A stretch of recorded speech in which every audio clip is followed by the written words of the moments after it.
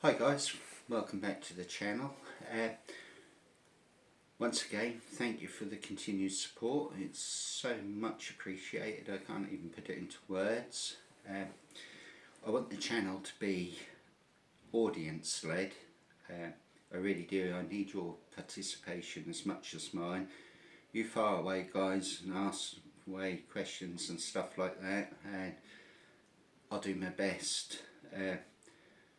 In my opinion, and it's sort of bearing in mind it's just my opinion and experience guys, things to help you out. Right, one of the questions, not a question, but one of the points raised was one of the guys in the comments said something that he would like to have my opinion maybe, or my views on guns holding the zero, and more importantly losing the zero. So I want to delve straight into that. It's a really good topic. Right, what you've got to remember guys is the gun and scope is a precision instrument. It's just like a car.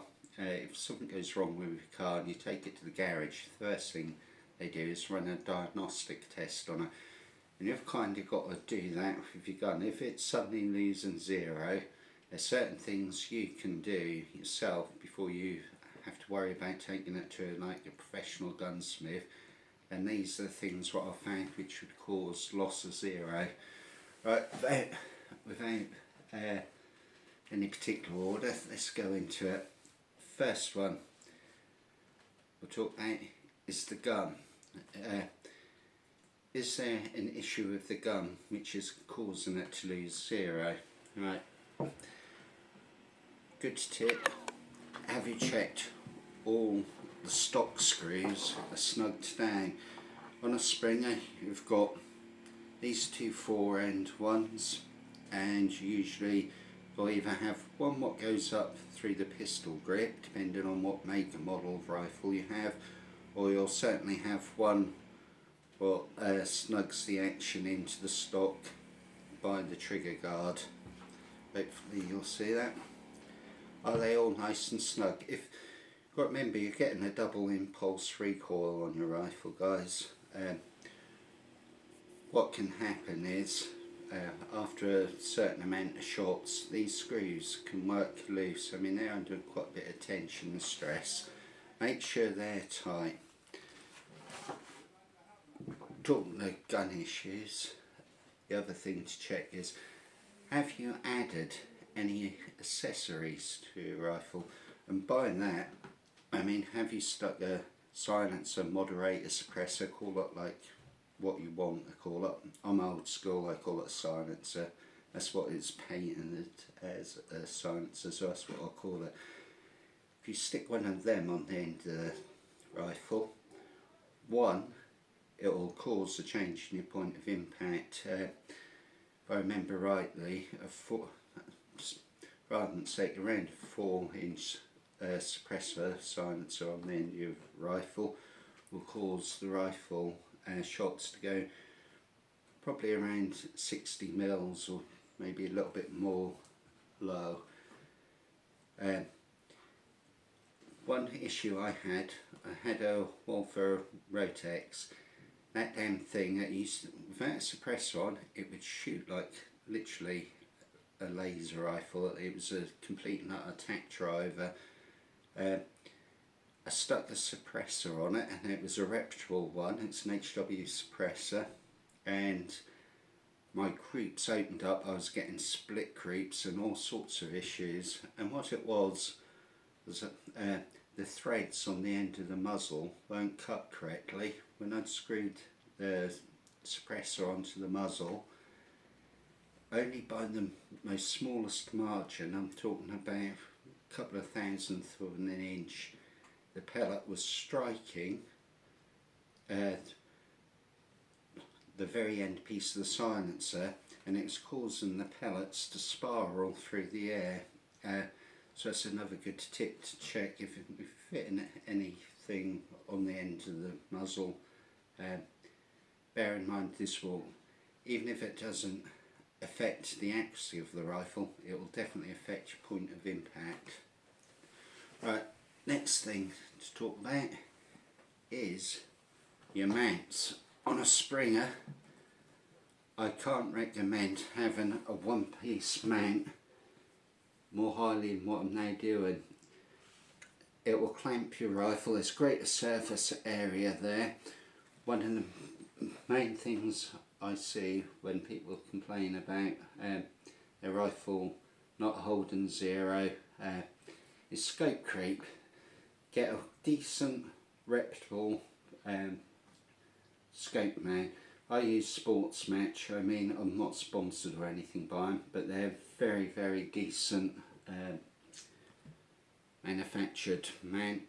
Best of all, they're British, so there you go, you can fly the flag a little. Stick Sports Match mounts on.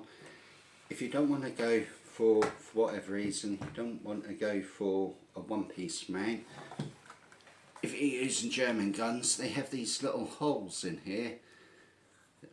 So get a set of mounts with an arrestor stud in them, and you can pop it into that hole, and then when the gun recoils, it's not going to slide off the end of your scope rail. Also make sure you've actually put your scope in your mounts properly as well. If this is wobbling around in here or sliding under recoil, you're not going to ever be able to hold zero.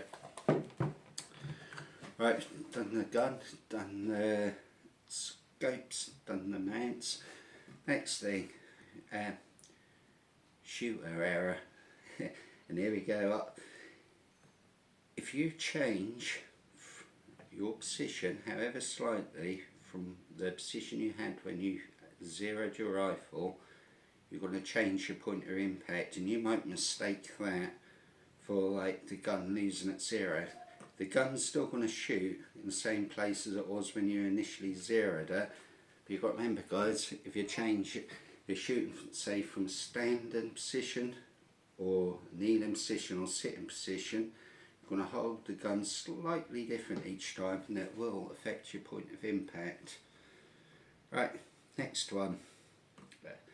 Pellets. Are you using the same pellet as what you zeroed your rifle for?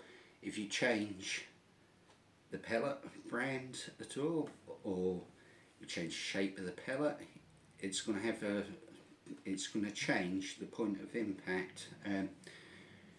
For example, you can get two different weight, say JSBs. I can guarantee you the 8.44 is going to shoot in a different place than the, say, 10s and 14s and so on and so forth. Every time you change your pellet, make sure that you've either re-zero your rifle, get out on the range and see where your point of impact is. It's not the zero changing as such, it's you're changing things, so the point of impact is going to change. Then you get to another thing, what I call external influences. The gun might be perfectly zeroed, get out on the range and you find your shots drifting off. Is this dude with wind? Look at the weather conditions you're shooting at. This will have a effect on your point of impact from your point of aim. If you're shooting in a blustery gale, it's going to be shifting your shots off, no matter how good a shot and how well you've zeroed your rifle in. You've got to take into account the wind. We'll get to the last one. If you've truly got a problem with your scope, and this is the sad thing, guys, you've got to remember, I would argue that scopes are put under more stress shooting a spring air rifle than they are certainly a rimfire, definitely a PCP, and in some cases a centre fire rifle. You've got to remember, when you're firing these, the gun is, as the spring goes forward, it's torquing inside there. It's also, you're getting almost a double impulse recoil. Get a scope what is rated for air gun use or air rifle use. Not all scopes are created equal. If you've gone through all what I've just mentioned, you're maintaining your your same shooting position, same pellets, you've checked all screws are tightened down, you've checked a good one, you checked that when you initially mounted your scope it wasn't canted, and you're still getting scope zero issues, and you believe that's the scope. There's no easy fix for that, guys. That's going to have to be sadly binned, and you get a different scope. As soon as these scopes, the internals of them go on them, they're only good for the waste bin or maybe a spot and scope. Hopefully this helped you out, guys. Thanks for the continued support.